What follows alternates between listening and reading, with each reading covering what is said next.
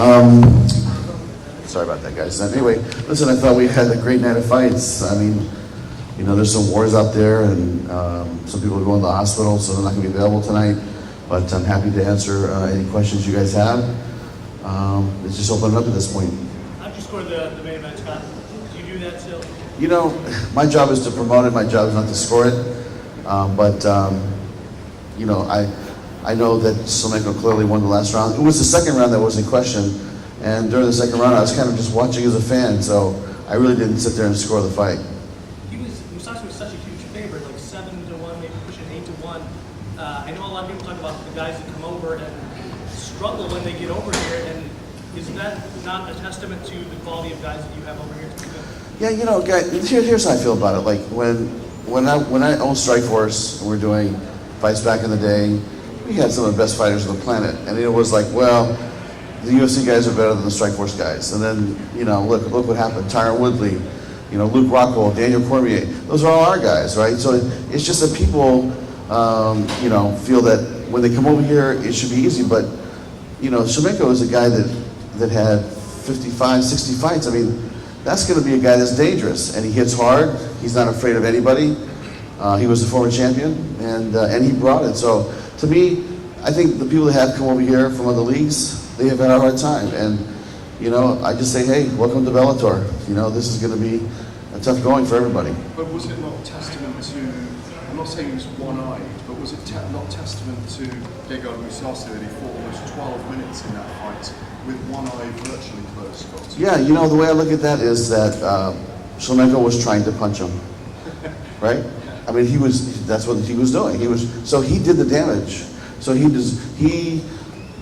know, to me, that fight, I thought I was going to get stopped at one point, and Slamenko would have probably won the fight. So, you know, he punched him, he did the damage. It was something that he intended to do, and it created a lot of damage on Gegard. So, on the one hand, you can say, yeah, he couldn't see, but the reason why he couldn't see is because Slamenko punched him, and that's just the name of the business. But I'm asking, was it an admirable performance in that context from Mousasi? Yeah.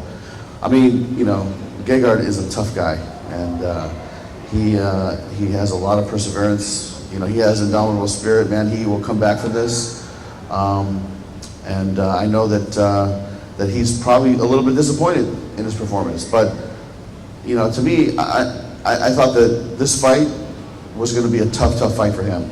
And it was. So, on to the next one. Is that a done deal for him that he gets the next title shot? Or do you have to wait because of how things played out, because of his eye? Yeah, I mean, listen, he might have an orbital fracture, I'm not sure. And if he does, he's going to be out for 6-8 months, maybe a year, who knows.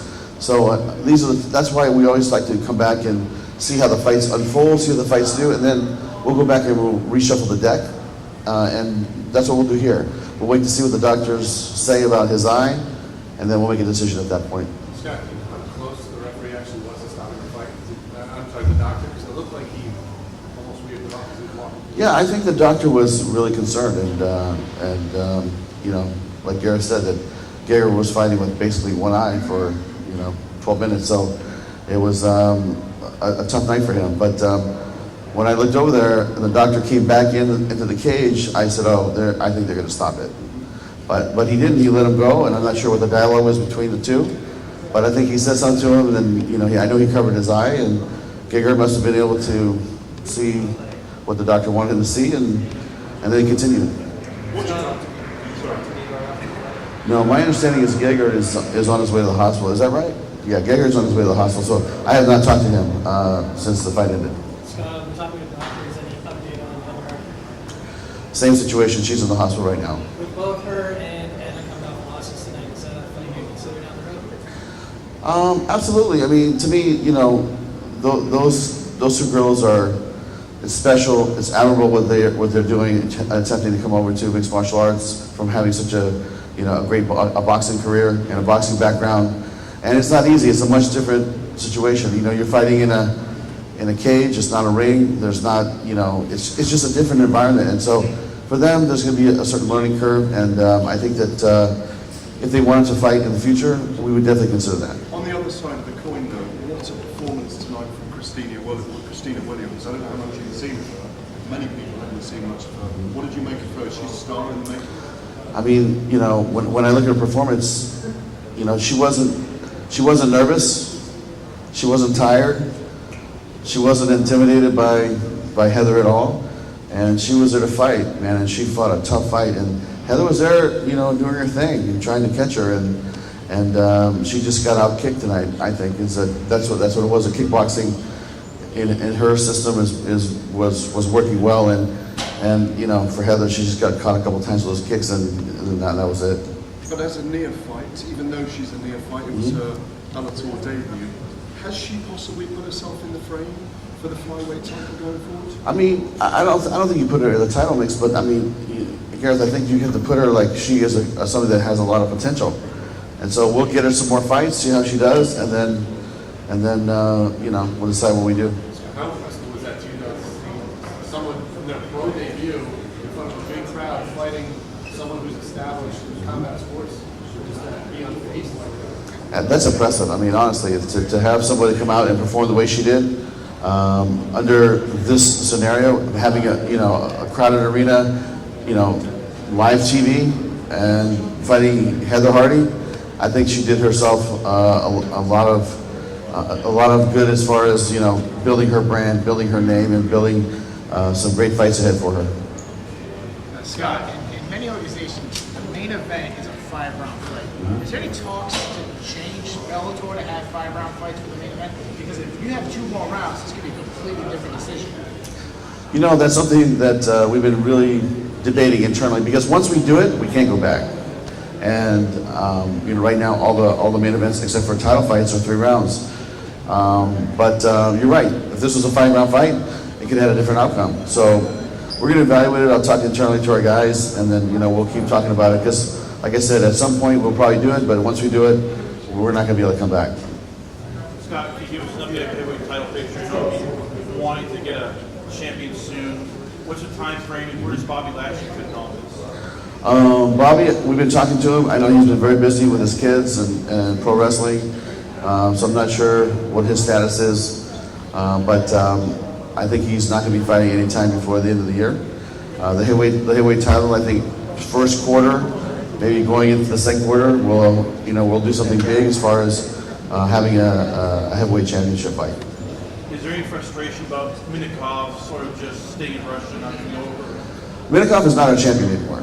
Minikov, as far as I'm concerned, is a fighter that's under contract with Bellator, but you know, to me, it's almost irrelevant at this point, because we have so many great heavyweights now that when we put this heavyweight, you know, title fight together, it's going to be something really special. Any thought of doing a tournament for the heavyweight belts? Like I said, you know, at the last fight, I'd like to crown a champion first, and then we can talk about that. But I think crowning a champion is kind of becoming clear. You know, who we're going to probably have fight. That's something that I don't want to talk that much about right now, but in the upcoming weeks we'll probably have something for you guys. You've been signing a lot of young kids, Tyrone Claxton, Logan Storley.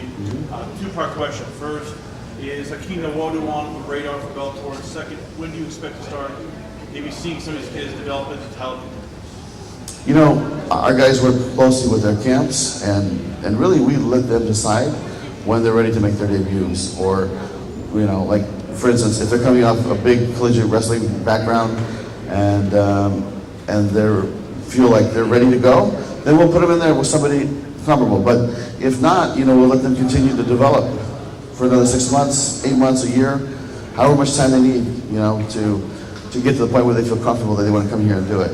And that's been our philosophy, is that we'll be ready when they're ready. 1 or 2 more, guys.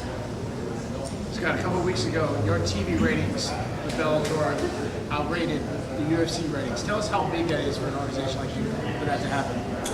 I mean, I don't think that's the first time that's happened. I think this happened before.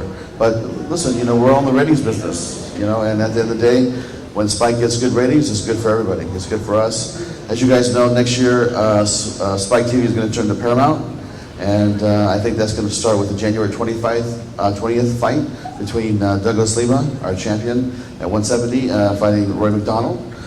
So that fight will be on the new Paramount network, which is, you know, Spike currently. So we got a great year ahead for next year for 2018. I'm really excited about some of the stuff we're working on. Unfortunately, I can't talk all about it, but a lot about it, but I think we're going to have some really cool stuff for the for the industry, the sport of MMA, and we're going to keep doing our part. Thank you. Last question for me. I know you and Rise have had a lot of working relations together. Is there any talk, maybe a talent swap between Rise and you, maybe sharing fighters together? Whether it's Ryzen or Bama or KSW, I mean, we're all good friends, and the door is always open. And when Ryzen has asked for some fighters from us, we've always sent them over, and that door has continued to be open. But right now, there's no plans to do that. Thank you, guys. Thank you.